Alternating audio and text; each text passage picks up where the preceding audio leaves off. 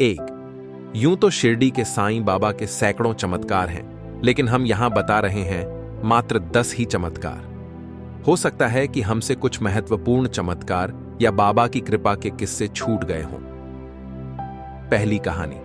साईं बाबा प्रतिदिन मस्जिद में दिया जलाते थे। इसके लिए वे बनियों से तेल मांगने जाते थे।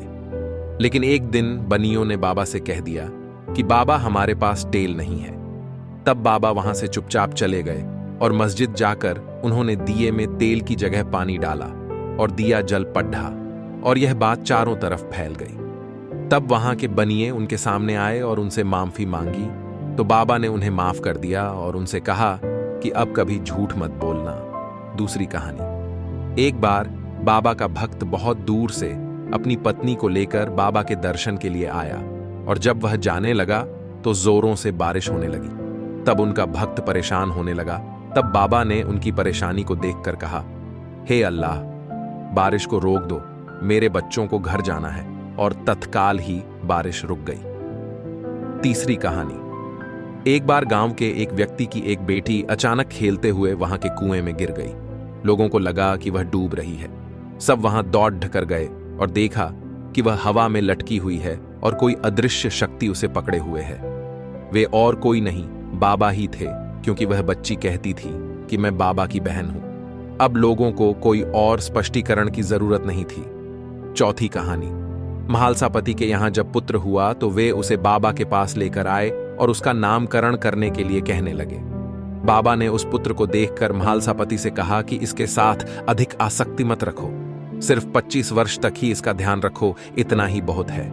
ये बात महालसापति को तब समझ आई जब उनके पुत्र का 25 वर्ष की आयु में देहांत हो गया। 1922 में भगत महालसापति का देहांत हो गया।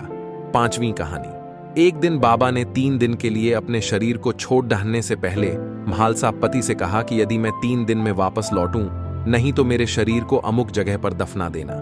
3 दिन तक तुम्हें मेरे शरीर की रक्षा करना होगी।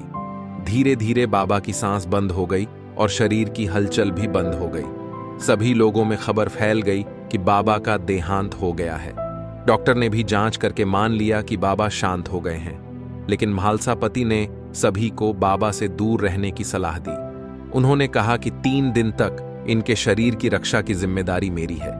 गांव में इसको लेकर विवाद हो गया, लेकिन महालसापति ने बाबा के सिर को अपनी गोद में रखकर 3 दिन तक जागरण किया।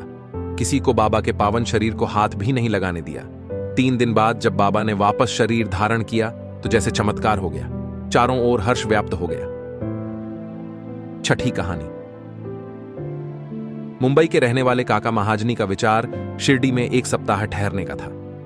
पहले दिन दर्शन करने के बाद बाबा ने उनसे पूछा, तुम कब वापस जाओगे? उन्हें बाबा के इस प्रश्न पर आश्चर्य सा हुआ। तब उन्होंने कहा, जब आप आज्ञा दें तब। बाबा ने कहा, कल ही। यह सुनकर काका महाजनी ने तुरंत शिरडी से प्रस्थान कर लिया। जब वे मुंबई अपने ऑफिस में पहुंचे तो उन्होंने अपने सेठ को अति उत्सुकता पूर्वक प्रतीक्षा करते पाया, क्योंकि मुनीम के अचानक ही अस्वस्थ हो जाने के कारण काका की उपस्थिति अनिवार्य हो गई थी। सेठ ने काका को बुलाने के लिए पत्र लिखा था, जो उनके पते पर वापस लौट आया। 7वीं कहानी। बाबा का जब हाथ जल गया था तो भागोजी शिंदे ही उनके हाथ पर घी मलने और पट्टी लगाने का कार्य करते थे। भागोजी शिंदे कुष्ठ रोगी थे।